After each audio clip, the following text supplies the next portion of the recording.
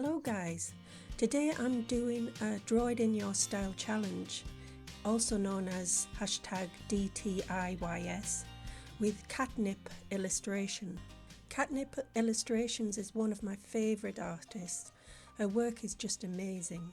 That's why I became one of her Patreons. Now let's go and have some fun. I think someone's sitting in my spot. Wakey wakey Jet.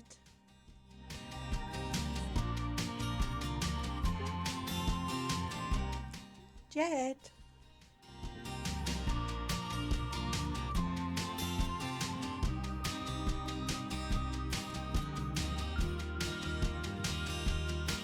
Oi. I think it's time to move.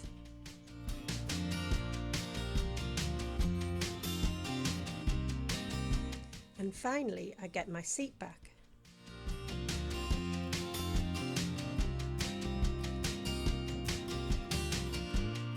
So, as you can see, I'm got into a file. I've already drawn out the design that I want. And I like to draw with a reference, and in this case I'm drawing with Katnipp's reference from her drawing. Because even though I'm drawing her design in my own style, I still want to get the colours right, so I'm creating a colour palette. As I've told you before, I'm fairly new to Procreate and digital art. I was always a traditionalist girl with painting with acrylics, watercolours, inks. I went to art school, and that's what we did. When I went to art school, it was back in the late 80s, which seemed ages ago. Technology wasn't like it is today, and we didn't have anything like this. I mean, I'm just falling in love with the Procreate and the accuracy that you can get from it. And another thing that I really like is that you can get the colours spot on. You can match them up, and you can drag and drop the colours into an area that you've created. Of course, drawing with a fidgety dog around is not easy. I'm now doing my favourite part of the design and colouring in. It always takes me back to my childhood when we had those colouring books, and it was very, very therapeutic colouring. There's a lot of books out there that colouring to de-stress. So I always find it really relaxing. Again, guys, I'm sorry about my camera skills, or lack of them, I should say. When I was looking back at this video, I was quite cringing because I'm almost out of shot. So I do apologise for that. Unfortunately, I'm still filming all my contents on my phone because my camera still hasn't turned up. I find it really difficult to film and get things into shot when I'm filming on my phone because it doesn't have a forward filming viewfind. Well, you know, when I'm filming on my own, it's very difficult, you know, to see I just sort of have to guess where everything is in shot. I suppose when I do buy another camera, I'll take in consideration I want a forward-facing viewfinder so I can see what I'm filming. It's just really difficult, so sorry about that again.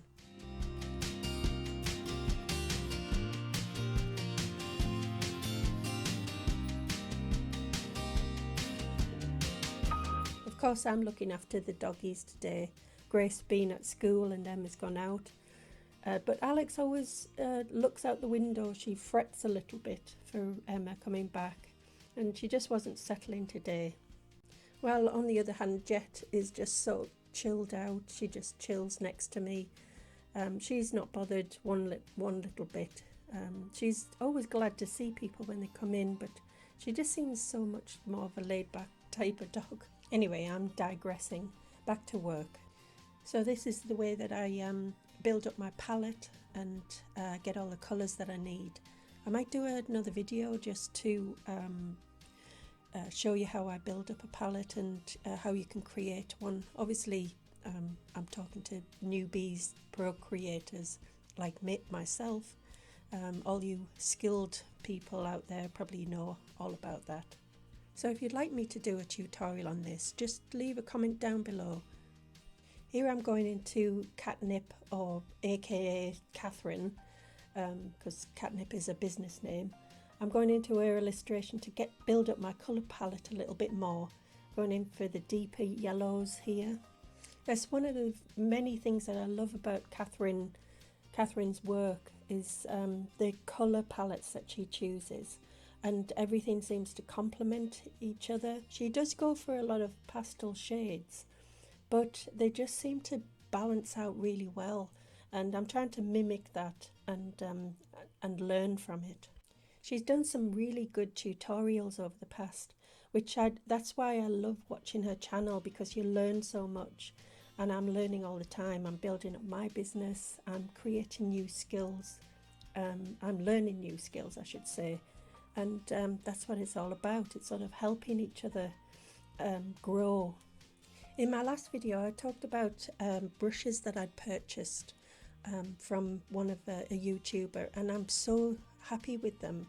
The textures of them are really lovely, and I'm going to create the deeper yellows with this texture. I think I'm using a fabric one here. I'll leave the link down below where you can get these yourself. I'm still in the alpha lock, so it really helps to stay within the lines within this yellow area. And using the fabric brush, you can use the slider to make it smaller, so you can really get into the small details of the around the bag and around the arm area. Obviously making shadows underneath the bag gives the drawing depth, and makes it pop out from the page. I think painting is a very personal thing to everybody. Everybody's got a different style, which is the beauty of art. And I'm going in, I like to use quite a bit of detail in my work. It's not obviously so true to life. I still like to have that sort of cartoony feel about it, but I still like to make it look lifelike. Of course, in Procreate you have all these different brushes, and I love going into just trying out different like acrylics and textures, see what that comes out like. The paint brush obviously is a lesser than the ink, because it's more opaque, so you build it up. I really had fun here with the jeans and just building up the texture and where all the creases were. Again, I've gone into Katnipp or Catherine's illustration, and I've got the darker, deeper colour, which really makes it come out. And again, it complements I would never have I would have really probably gone into like a darker blue, but I've noticed that on her design that she's got the blue jeans, and then she's got the almost like a dirty, well, it's a horrible word, but a purple, which actually goes really, really well. I mean, there's a question that I always ask other artists: how do you know that a drawing is done? Because I always, even when I've finished the drawing, I always see things that I could improve on, that I should have done a little bit better, or I just, where do you stop? It's a good question. I'd like anybody to answer in the comments down below. If you do draw yourself, where do you know when it's enough? Of course, we come to another favourite part of mine, is creating the face. And even way back in my art college days, I always used to draw faces. I was fascinated with faces, with the textures, with the shadows, with the expressions. I love drawing faces. I'm still got a long way to go to improve my skills, but I think the more you do it, the more you improve with anything. Obviously, I think this comes with skill. Over the years, I've got better at it, but I still have that. I just in my mind, I like to see, I have a visualization of how I want it to be, but it's just not living up to the standards in my brain. I think a lot of artists can relate to this striving for perfection, always improving your work, which is a good thing in some ways, but sometimes you can be a bit of a tortured soul, because you're always striving for something that is better and beyond your reach. I suppose it's the carrot and the donkey and the carrot syndrome. You know, you're always striving forward. Like I said, it is a good thing, but you know, you can go too far. Sometimes you just got to say, I've done the best I can with that piece of work, and that's all I'm going to do with it. Another thing I like to draw are eyes. I find them fascinating, and especially, like I said before, you can zoom in on them. I think it was a William Shakespeare, The Eyes Are the Windows to the Soul. I think it was probably he got that from the Bible. I think there's some Bible verses with biblical meanings about eyes, and how you can really see what people are thinking from their eyes, you know. I think it goes back to the expressions on the face, but the eyes do give away quite a lot if you look at somebody. Obviously, you can't see that in a drawing as such, because they're not moving their faces, but you can interpret that with different lines and shading within the eyes. Within around the eyes, like a furrowed brow, it would be a lot, if they're worried about something, their brow would be furrowed, which makes the eyes look a little bit smaller, and the pupil a lot, if people are frightened, the pupils dilated and things like that. It also is a prettier look if you're looking to look at people with larger pupils. It always looks really nice in cartoons, especially if you add some highlights to it and things like that. It just looks a really pretty look. Anyway, I'm waffling on about things, you know. This is just obviously what I feel. If you've got some different opinions about eyes and shading and things like that, and different facial expressions, again, just put some comments down below. I'd love to hear from you.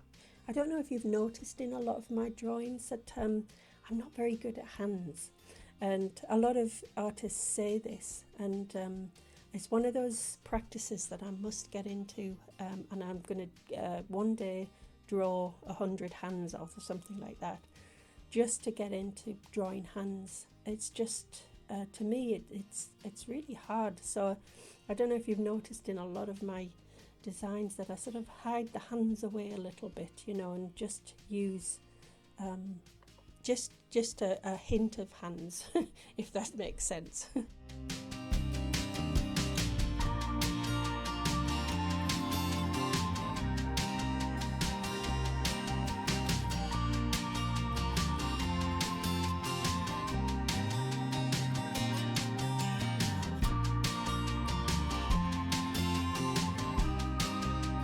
And as the video comes to a close, I'll leave you with the time lapse with Procreate.